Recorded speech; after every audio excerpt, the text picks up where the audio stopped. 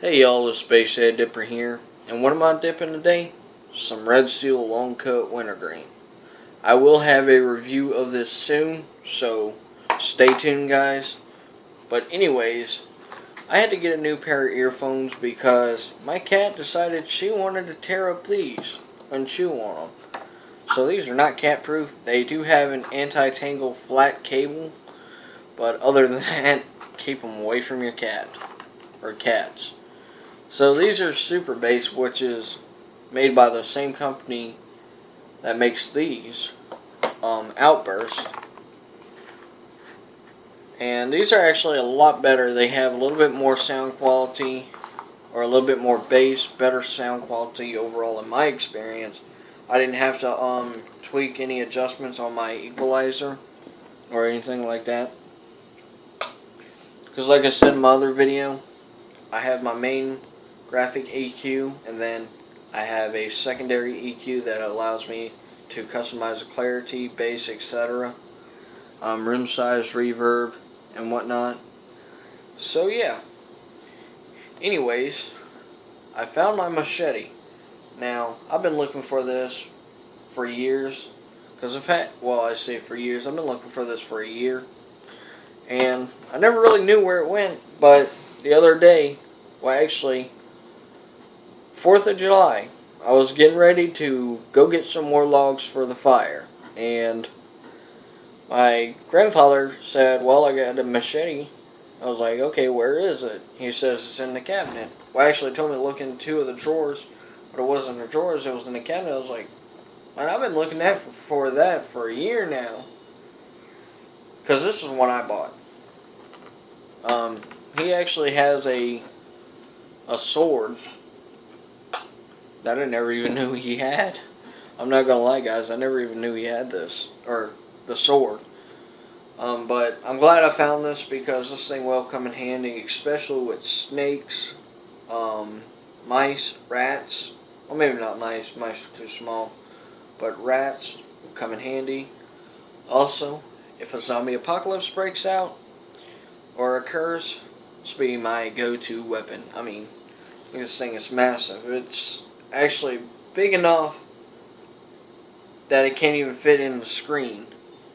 The length on it overall is 27.5 inches with a 22-inch blade that comes from the handle to the tip of the blade, and then you have a 21-inch cutting surface. So that's where the blade starts to the tip. That's your cutting surface. So it's pretty big, and you get a lot of reach with this. Let's see if I can do this for you. No, I can't. Sorry, guys. But yeah, this thing has a long blade, which works good for just about anything. You get a snake up on you, grab that thing, whap, chop its head off. And they work good for that. We have a lot of poisonous snakes down here in Louisiana, like water moccasins, or how you pronounce it.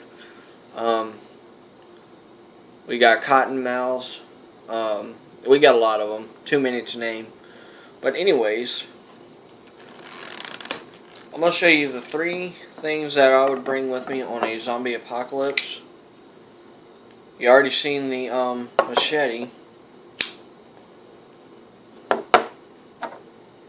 So, the second thing I would bring up for a backup blade is my USMC K-bar. Now you're thinking, well, why would you bring this? It's kind of small. Believe it or not, this thing has a 7-inch blade with a 6.5-inch cutting surface. It is fairly long, and if you hold it just right, the zombie comes running at you, it'll pierce their skull, or if you go through the throat, it will go all the way back, severing their spinal column or spinal cord, and basically shutting everything down on them so they can't do anything. A lot of people don't realize that. Yes, zombies aren't real, but that's how they work. They're not alive, but they slowly work off a little bit of brain function what they have. So when you cut that spinal cord from here or here to here, they can't do nothing. Well, really, nobody can. So yeah, and I'm not trying to give y'all any ideas. But anyways, post a video response to this because I want to see what y'all would bring to a zombie apocalypse. Now, the second thing I would bring for like a utility knife is my Team Primos folder with the flashlight. Like I said, see if I can get it turned on for you. There we go. This thing works good. Contacts are a little bit messed up on it, but who cares? As long as it works. Now, these would for be like opening MREs if I had some, which I used to have some from Hurricane we had a while back. But these would be good for opening MREs. Well, maybe not this, but this would be good for opening MREs. And then you can use this as like a search and rescue light, because I'm going to tell you now, guys, this thing is bright, and I have a review of this too. And then the second thing I would bring is my Tac Force Speedster model. And the reason I bring this is, say somebody's injured but they didn't get bit by a zombie and they're in a car wreck, I can easily break the window. If the door handle doesn't work from the outside, I easily break the window, tell them to cover their head, break the window, open the door from the inside, and if their seatbelt stuck, use a seatbelt cutter and pull them out of the car and get them to safety. So yeah, and what I used to actually measure the USMC K-bar and the machete is this little guy right here. Now, just for shits and giggles, guys, I'm just going to go ahead and measure these two little folders right here. I may even measure the flashlight. We'll see here in a minute. Alright. Team Primos.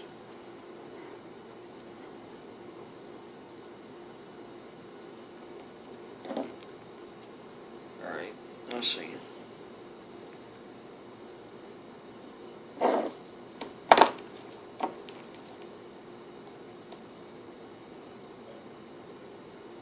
A little over, actually 8 inches overall, with a 3.5 inch blade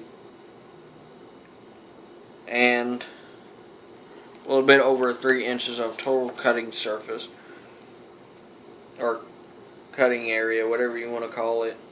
Oh, why am I winding this back? We'll set this knife over here. I'm tired, guys, excuse me, but I am measuring this right. My stepdad showed me how to measure knives. So, let's see. The Tac Force Speedster model is a little over 6 inches long with a 3-inch blade and a 2.5 inch cutting surface. So it's a fairly tiny knife, and that's not including the glass breaker. Measure glass breaker, a little over 6 inches with the glass breaker, which isn't a big issue because, believe it or not, I actually talked to a local sheriff in one of the towns that's like right next to mine, and he said that the legal limit for a knife in the state of Louisiana is 5 inches. So this right here is perfect, and so is this. So these two I can legally carry with no problem whatsoever. I've been carrying this one a lot. This is like a small blade, it's easy concealable, and it's very fast.